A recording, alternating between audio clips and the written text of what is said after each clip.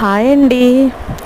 మా లైఫ్లో third person enter అయిందని చెప్పాను కదా, అది మా హస్బెండే తీసుకొచ్చారండి. 4 ఇయర్స్గా ఒక అమ్మాయిని నాకు తెలియకుండా మెయింటైన్ చేశాడు. అది తెలిసి నేను అడిగిన ప్రతిసారి, నేను అనుమానం వచ్చి అడిగిన ప్రతిసారి నన్ను మానసికంగా, శారీరకంగా చాలా టార్చర్ చేసేవాడు.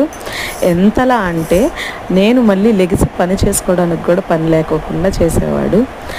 ఇది అంతా ఎందుకు, మన లైఫ్ బాగానే ఉంది కదా, తన థర్డ్ పర్సన్ ఎందుకు మనకి అని ఒక్క మాట అన్నాను అంటే చాలు, ఆ పర్సన్ గురించి నువ్వు మాట్లాడతావా, తను నా లైఫ్లో ఉంది, నిన్ను పెళ్లి చేసుకోకపోతే తననే చూసుకునేదాన్ని.